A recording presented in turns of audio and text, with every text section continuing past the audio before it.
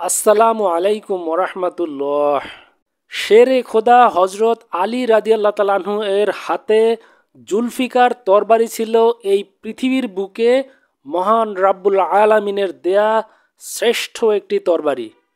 এই তরবারিটি হজরত মুহাম্মদ সাল্লাল্লাহু আলাইহি সাল্লাম বদরের যুদ্ধের পর আলী রাদিয়াল্লাহু তাআলা আনহুকে উপহার হিসেবে দিয়েছিলেন। ঐতিহাসিক এই তরবারিটি ছিল দ্বিফলক বিশিষ্ট।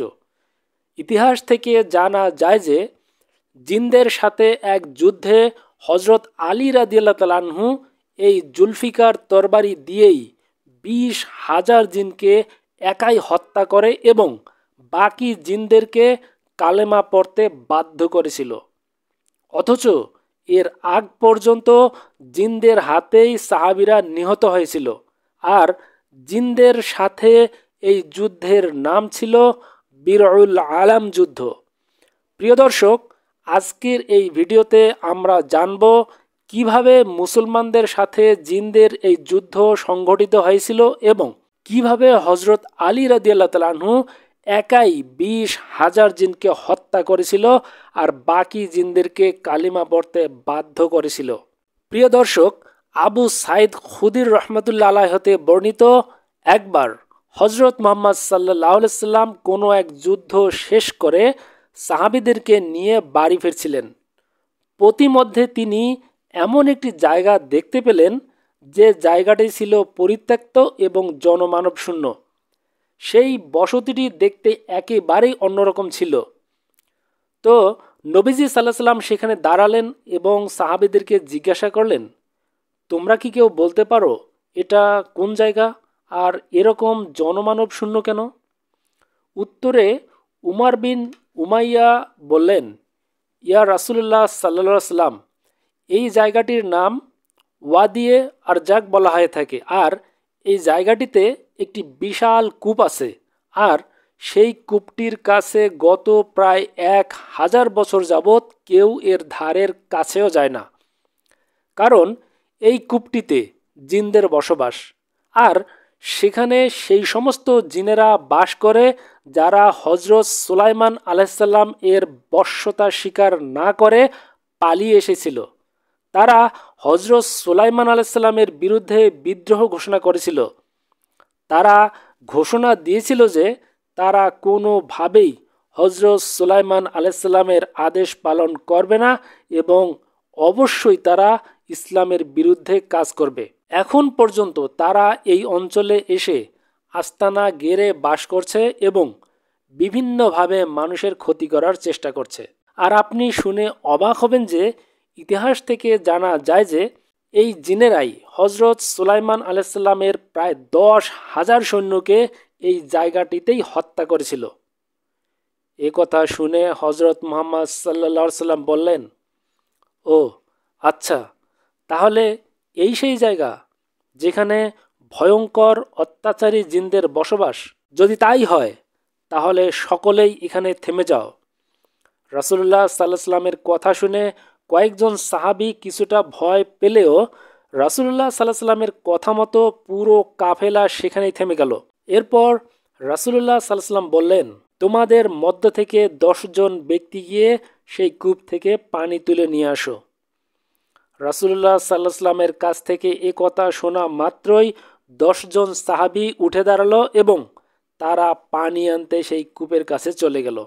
যখনই সেই 10 জন সাহাবী সেই কূপের কাছে পৌঁছলেন, ঠিক সেই সময় এক ভয়ঙ্কর জিন হুঙ্কার দিতে দিতে কূপের ভেতর থেকে বেরিয়ে আসলো এবং এর ফলে আশেপাশে আগুন জ্বলতে শুরু করলো এবং জমিন ভূমিকম্পের ন্যায় কাঁপতে শুরু করলো।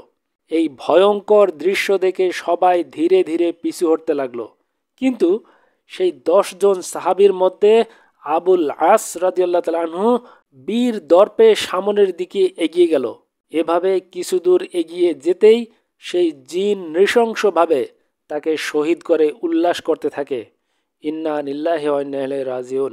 এর মধ্যেই হজরত জিবরাইল আলাইহিস সালাম জমিনে নেমে এলেন এবং রাসূলুল্লাহ সাল্লাল্লাহু আলাইহি সাল্লামের কাছে গিয়ে বললেন, ইয়া রাসূলুল্লাহ সাল্লাল্লাহু আলাইহি সাল্লাম, আপনি সেখানে আর অন্য কাউকে না পাঠিয়ে আল্লাহর সিংহ আসাদুল্লাহ, হায়দারে কারার তথা আলী রাদিয়াল্লাহু তাআলা আনহু এবং জুলফিকারকে সেখানে পাঠিয়ে দিন। একমাত্র তিনিই পারবেন এই ভয়ঙ্কর জিনদের মোকাবেলা করতে। এই কথা শুনে মুহাম্মদ সাল্লাল্লাহু সাল্লাম হজরত আলীকে সেখানে যাওয়ার আদেশ দিলেন। হজরত আলী রাদিয়াল্লাহু তাআলা আনহু যেন এই আদেশের জন্যেই অধীর আগ্রহে অপেক্ষা করছিলেন। রাসূলুল্লাহ সাল্লাল্লাহু আলাইহি ওয়াসাল্লামের আদেশ পাওয়া মাত্রই হজরত আলী রাদিয়াল্লাহু তাআলা আনহু তীব্র গতিতে সেই কূপের কাছে চলে গেলেন। হজরত আলী রাদিয়াল্লাহু তাআলা আনহুকে যুদ্ধক্ষেত্রে পাঠিয়ে দিয়ে মুহাম্মদ সাল্লাল্লাহু আলাইহি ওয়াসাল্লাম আল্লাহর দরবারে ফরিয়াদ করলেন, হে আল্লাহ, ইয়া পাক পরওয়ারদিগার, প্রতিবারের ন্যায় এবারও আপনি আলীকে বিজয় দান করুন। এরপর হজরত আলী যখন সেই জিনদের কূপের কাছে পৌঁছলেন, তখন রাসূলুল্লাহ সাল্লাল্লাহু আলাইহি ওয়াসাল্লামের সাহাবীকে হত্যাকারী সেই জিন হুঙ্কার দিতে দিতে বেরিয়ে আসলো। সে হজরত আলী রাদিয়াল্লাহু তাআলা আনহুকে দেখে ব্যঙ্গ করে বলতে লাগলো, ওই আদম সন্তানের জাত, তোদের এখন মনে ভয় হয়নি? তোরা কি শুধু মরার জন্য বারবার এখানে আসিস? এ কথা শুনে হজরত আলী রাদিয়াল্লাহু তাআলা আনহু উত্তরে বললেন, এই বিপদগামী জিন, মুখের লাগাম টেনে কথা বল। আমি আলী ইবনে আবু তালিব, আমাকে নির্দেশ দেয়া হয়েছে তোদের জীবনলীলা সাঙ্গ করে দেওয়ার জন্য। আজ পর্যন্ত তোরা যত মানুষকে অন্যায়ভাবে হত্যা করেছিস, তাদের প্রত্যেকের হিসেব আমি আজ আদায় করে নেব। আজ তোদের দুর্ভাগ্য। একথা শুনে সেই জিন ক্ষিপ্র গতিতে আক্রমণ করতে আসলে হজরত আলী রাদিয়াল্লাহু তাআলা আনহু জুলফিকার তরবারির আঘাতে সেই জিনকে দুই টুকরো করে ফেললেন। এই ঘটনার পর সেই কূপ থেকে একে একে ভয়ঙ্কর চেহারা আর বীভৎস আওয়াজ করতে করতে বেরিয়ে আসতে লাগলো বাকি জিনগুলো। কিছুক্ষণের মধ্যেই সকল জিনদের চেহারা দৃশ্যমান হতে থাকে। চতুর্দিকে দাউ দাউ করে আগুন জ্বলতে লাগলো। এ দৃশ্য দেখে হজরত আলী রাদিয়াল্লাহু তাআলা আনহু পবিত্র কোরআনের কিছু আয়াত তেলাওয়াত করতে লাগলেন। হজরত আলী রাদিয়াল্লাহু তাআলা আনহুকে চতুর্দিক দিয়ে ঘেরে ফেলা জিনেরা পবিত্র কোরআনের আয়াত সহ্য করতে না পেরে পুনরায় কূপের ভেতর গিয়ে কূপটির দখল নিল। অপরদিকে নবীজির আদেশ কূপ থেকে পানি আনতেই হবে, আর তাই হজরত আলী রাদিয়াল্লাহু তাআলা আনহু কূপটির কাছে এগিয়ে গেলেন এবং কূপ থেকে পানি তোলার জন্য পাত্র নামিয়ে দিলেন। কিন্তু সেই দুষ্ট জিনেরা পাত্রটিকে বাইরে ছুঁড়ে ফেলে দিল। এটা দেখে হজরত আলী রাদিয়াল্লাহু তাআলা আনহু আউযু বিল্লাহি মিনাশ শাইতানির রাজিম, বিসমিল্লাহির রহমানির রহিম বলে পুনরায় পাত্রটিকে কুপিয়ে নামিয়ে দিলেন। দেখা গেল এবারও একটি ভয়ঙ্কর চেহারার জিন কূপ থেকে বাইরে বেরিয়ে এলো এবং পাত্রটিকে আবারও বাইরে ছুঁড়ে ফেলে দিল। অতঃপর হজরত আলী রাদিয়াল্লাহু তাআলা আনহু সেই জিনকে হত্যা করলেন এবং প্রচণ্ড রাগে কূপের পাত্রটির সাথে বাঁধা রশিটিকে নিজের শরীরের সঙ্গে বেঁধে নিলেন এবং অন্য সাহাবাদেরকে বললেন, তোমরা রশিটির অপর প্রান্ত শক্ত করে ধরে থাকো। এরপর তিনি আল্লাহু আকবার বলে কূপের মধ্যে ঝাঁপ দিলেন, যেই কূপের মধ্যে হাজার হাজার পালিয়ে আসা জিনদের আশ্রয়স্থল ছিল। হজরত আলী রাদিয়াল্লাহু তাআলা আনহু কূপে ঝাঁপ দেওয়ার কিছুক্ষণ পরেই রশিটি ছিঁড়ে গেল। এটা দেখে কূপের উপরে থাকা সাহাবীরা যারা রশিটি ধরেছিল তারা ভীষণ চিন্তিত হয়ে পড়ল এবং কান্নাকাটি করতে করতে আল্লাহর কাছে প্রার্থনা করতে লাগলো, হে আল্লাহ, আপনি আমাদের আলীকে হেফাজত করুন। কিছুক্ষণ পরেই সাহাবারা শুনতে পেলেন কূপের ভেতর থেকে ভয়ানক আওয়াজ বেরিয়ে আসছে। কূপের ভেতরে কি হচ্ছে উপর থেকে কিছুই বোঝা যাচ্ছে না, কারণ কূপটি ছিল বিশাল এবং অনেক গভীর। বেশ কিছুক্ষণ পর সাহাবাগণ স্পষ্ট শুনতে পেলেন জিনেরা চিৎকার করে হজরত আলী রাদিয়াল্লাহু তাআলা আনহুর কাছে তাদের প্রাণ ভিক্ষা চাচ্ছেন। তারা বলছেন, হে শেরে খোদা, আপনি আমাদের প্রাণ ভিক্ষা দিন, এর বিনিময়ে আমরা আপনার যে কোনো আদেশ পালন করব। আমরা ভুল করে ফেলেছি, আমাদেরকে ক্ষমা করে দিন। অতঃপর আলী রাদিয়াল্লাহু তাআলা আনহু চিৎকার করে বললেন, সবাই পড়ো, লা ইলাহা ইল্লাল্লাহু মুহাম্মাদুর রাসূলুল্লাহ সাল্লাল্লাহু আলাইহি ওয়াসাল্লাম। অতঃপর সব জিনেরা কালিমা পড়ে মুসলমান হয়ে গেল।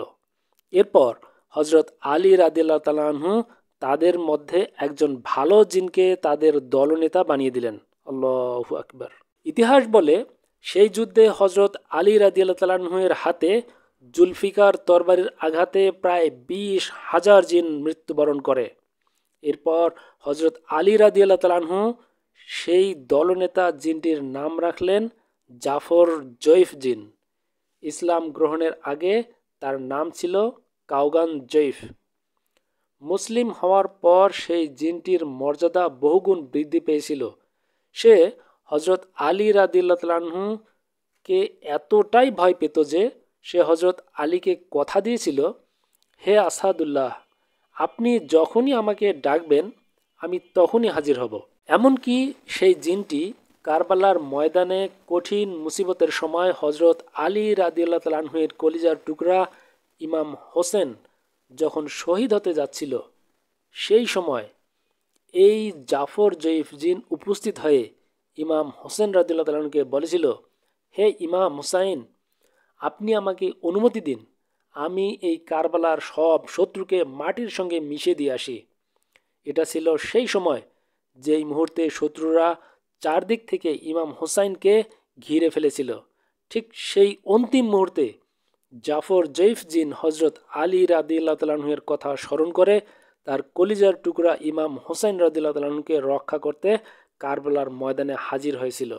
নির্ভীক ইমাম হুসাইন রাদিয়াল্লাহু তাআলা আনহু জাফর জয়ফ জিনকে বললেন, হে জাফর, এই ময়দান যুদ্ধের ময়দান, আর এই ময়দানে আমি হারিয়েছি আমার ছোট আসগরকে, চলে গিয়েছে আমার আকবর, গাজী এবং আমার সমস্ত সাথীদেরকে আমি হারিয়েছি। আমি তোমার উপর খুশি হয়েছি, আমি কৃতজ্ঞ যে তুমি আমাকে এই অন্তিম মুহূর্তে সাহায্য করতে এসেছো। কিন্তু আমার নানাজানের ভবিষ্যৎবাণী সত্যি হতে যাচ্ছে। আমার নানাজানের দিনের জন্য আজ আমাকে এখানে শহীদ হতে হবে। আল্লাহু আকবার।